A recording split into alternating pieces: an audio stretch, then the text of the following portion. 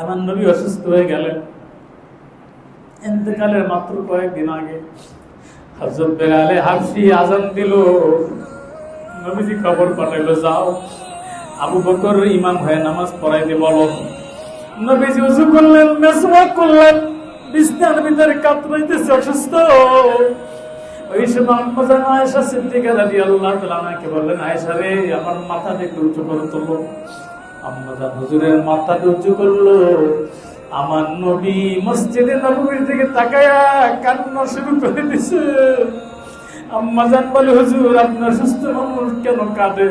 আপনার সাহাবীরা তো সবাই জামাতে নামাজ পড়তেছে।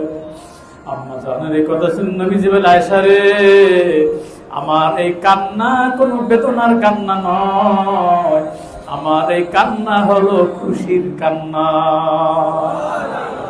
আমি চাই আমার সাহাবীরা যেমনি ভাবে আমার জীবদ্দশায় সুন্দর করে জামাতে নামাজ পড়তেছে, আমার ইন্তেকালের পরেও যেন আমার উম্মতেরা জামাতে নামাজ পড়ে। ও ভাই, বাঁচবেন কয়দিন জানেন? আমি তো জানি না কতদিন বাঁচবো। ও আল্লাহ, কিছুই তো কামাই করতে পারলাম না, শুধু গুনাহ আর গুনাহ। ওই কবরে কেমনে থাকবো? এই যে মাস্টার নুরুল ইসলাম সাহেব মারা গেল, বাড়িওয়ালা মানুষ, থাকতে তো পারবো না। আপনি আমিও কেউ থাকতে পারবো না রে বাবা।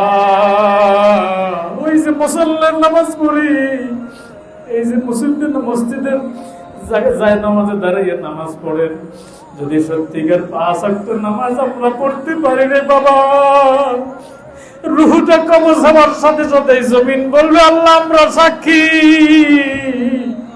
তোমার বান্দা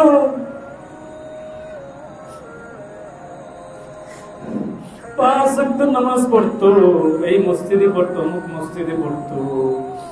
আমরা সাক্ষী, সে সেজদা দিত, এই জমিনে সেজদা দিত, তোমার কুদরতে কদমে সেজদা দিত, আল্লাহ আমরা সাক্ষী।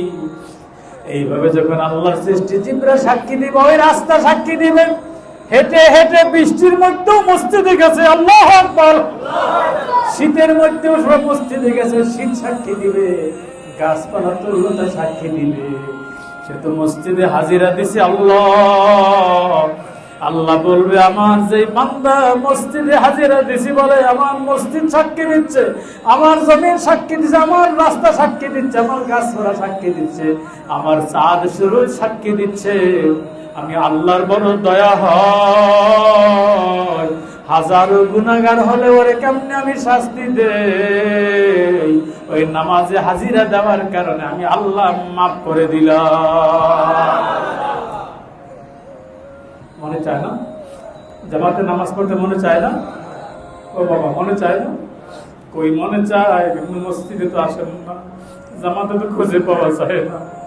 তার মানে ওয়াজ বিশ্বাস হয় না, আলেমের কথা না হয় বিশ্বাস করেন না, কোরআন বিশ্বাস হয় না, হাদিস বিশ্বাস হয় না, আমার আল্লাহ আছে বিশ্বাস হয় না। যদি আল্লাহরে বিশ্বাস করে থাকেন, কোরআন হাদিস বিশ্বাস করে থাকেন, পিছনে কি গেছে না গেছে তা সব ছেড়ে দেয়। আজকের জুমায় নিয়ত করেন, আমি বাকি জিন্দেগিতে যতদিন আছি আমি 5 ওয়াক্ত নামাজ জামাতে পড়বো।